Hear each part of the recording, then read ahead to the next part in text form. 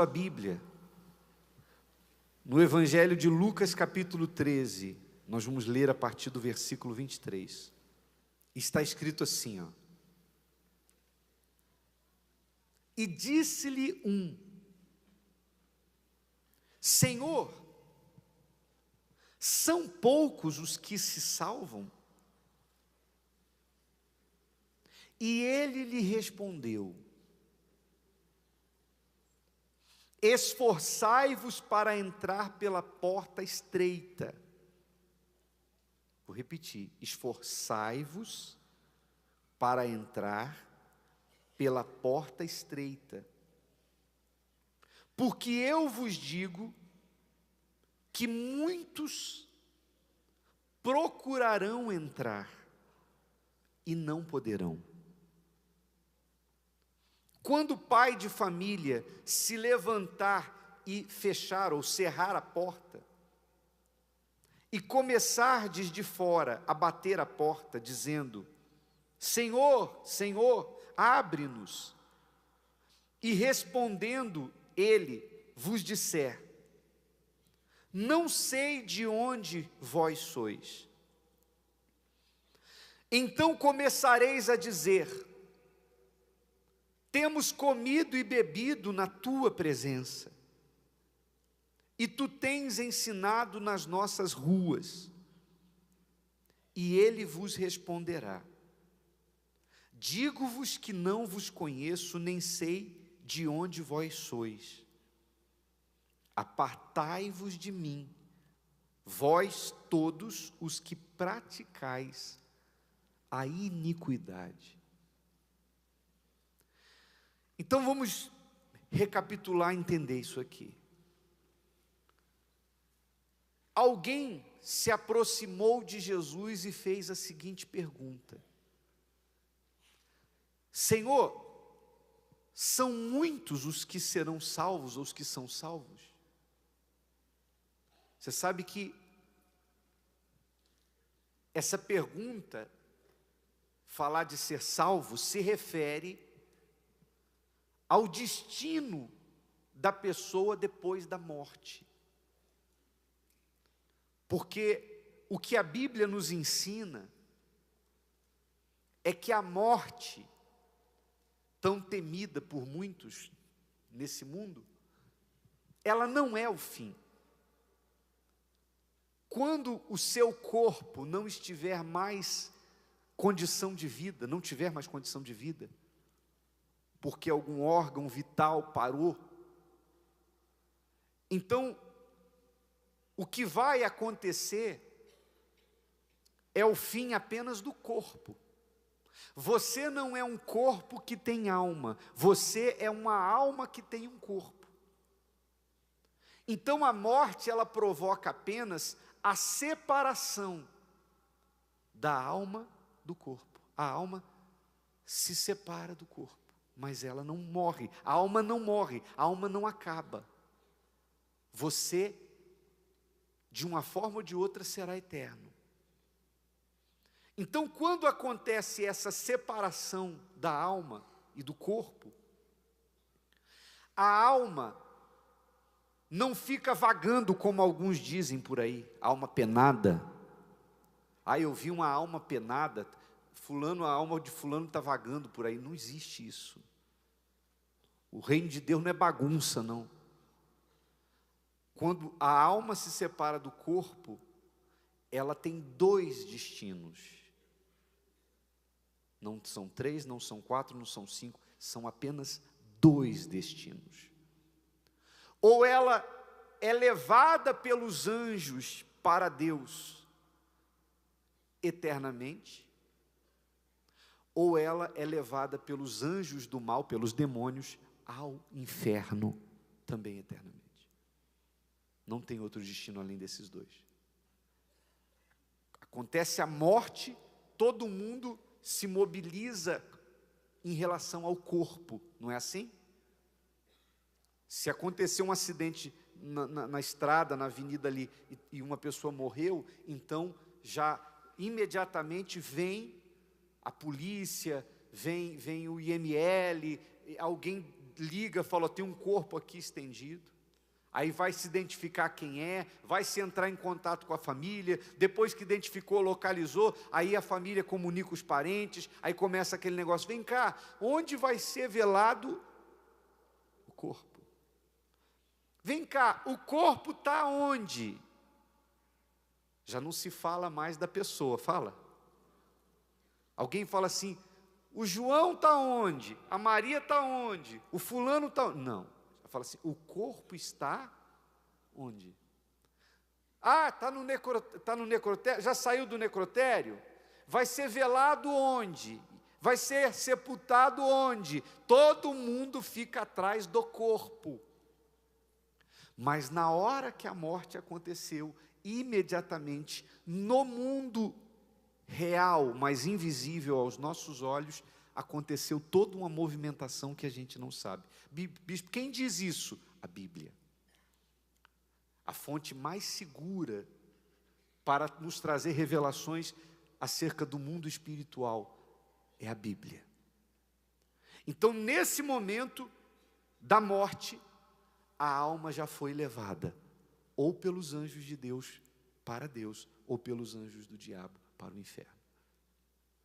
Então, esse homem que se aproximou de Jesus, teve a seguinte curiosidade, ele queria saber se vão mais para Deus, almas para Deus, ou se vão mais almas para o inferno. Ele queria saber qual era, dentro dessa divisão, se a maioria ia para Deus ou se a maioria ia para o inferno.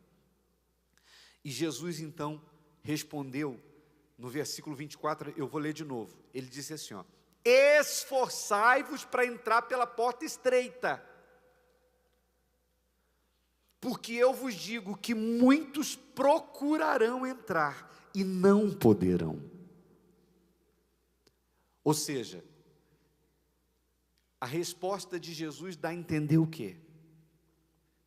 Que muitos são salvos ou poucos são salvos? Está claro! Está claro! Está bem claro que a maioria dos que morrem, a alma vai para o inferno. Mas por falta de contato com a palavra de Deus, por conta da religiosidade e a falta de vida com Deus, por falta de conhecimento, as pessoas aí fora não pensam isso. Porque elas automaticamente ligam a morte ao céu. É isso que a gente aprende desde criança, é isso que eu aprendi com a minha mãe e com o meu pai, quando eu era ainda pequeno, quando eu era criança, e eu ia num velório e tinha que olhar para o defunto com as pontas, tinha que ficar na ponta do pé, e perguntava, mãe, o que foi? Dizia assim, não filho, agora ela está com o papai do céu. Eu nunca fui num velório que alguém dissesse que não estava com o papai do céu. Todo mundo que eu vi morrer, todo mundo falou que estava em bom lugar. Podia ser um bandido. Todo mundo dizia, fulano está em bom lugar. Todos os velórios que eu fui, sempre tinha alguém dizendo, está melhor do que a gente. Totalmente o contrário daquilo ali, do que está escrito. E é assim. Todo mundo que morre, as pessoas, que Deus o tenha. Descansou, está melhor do que a gente. Mas Jesus disse que não é assim. Jesus disse, poucos entrarão.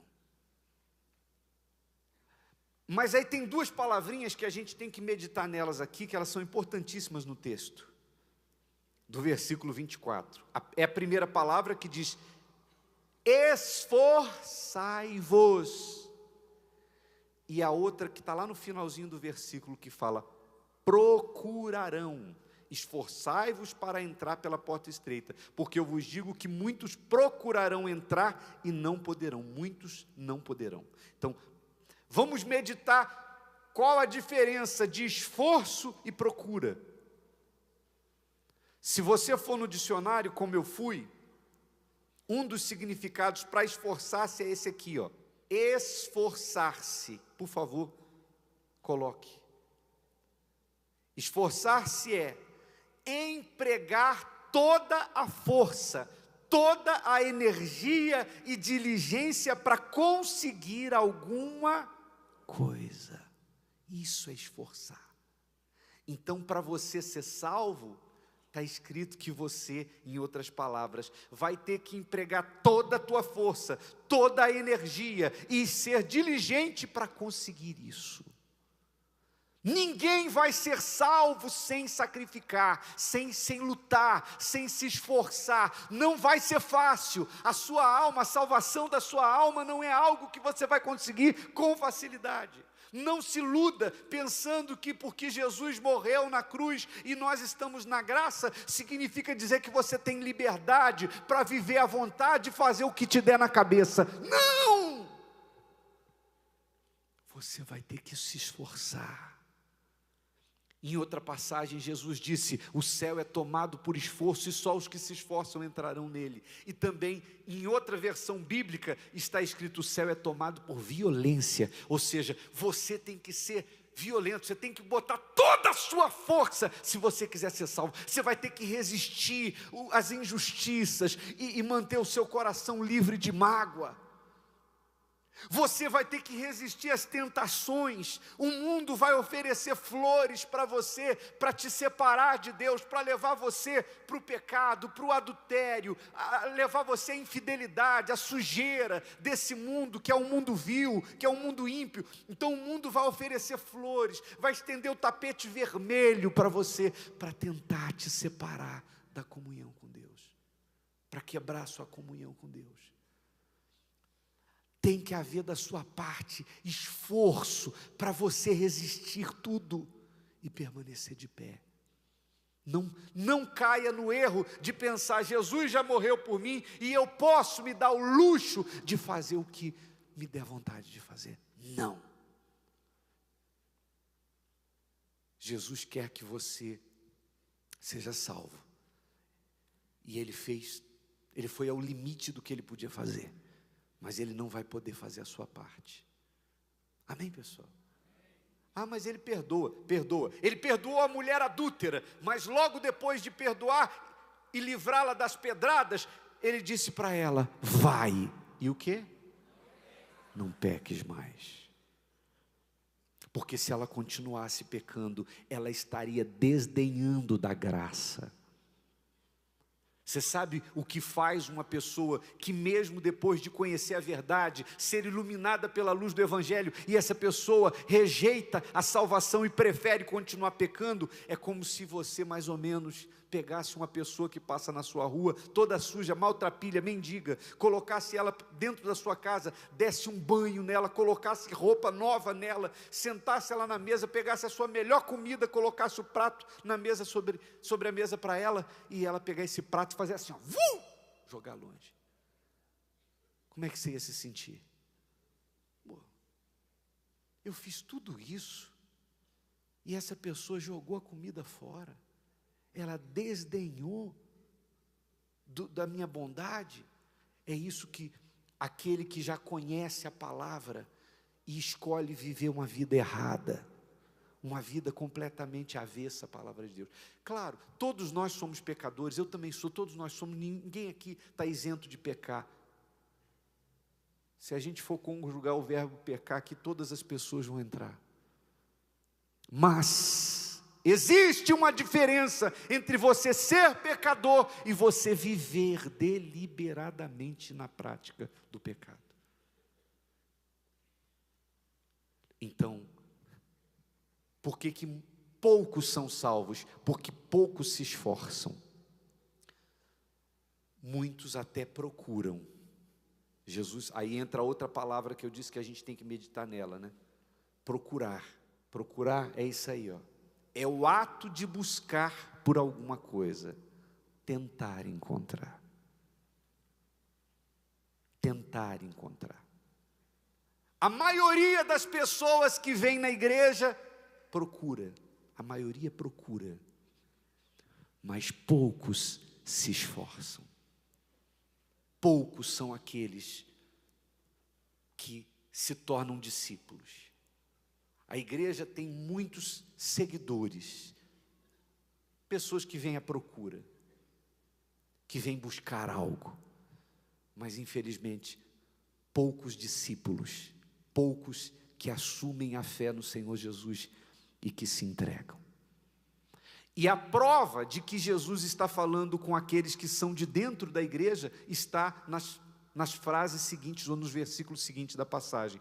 Lendo de novo a partir do 25, Jesus mostra bem claro isso, quando ele diz, quando o pai de família se levantar e cerrar a porta, quer dizer, quando Jesus fechar a porta, e começar de fora a bater a porta dizendo, Senhor, Senhor, abre-nos, e respondendo ele vos disser, não sei de onde vós sois.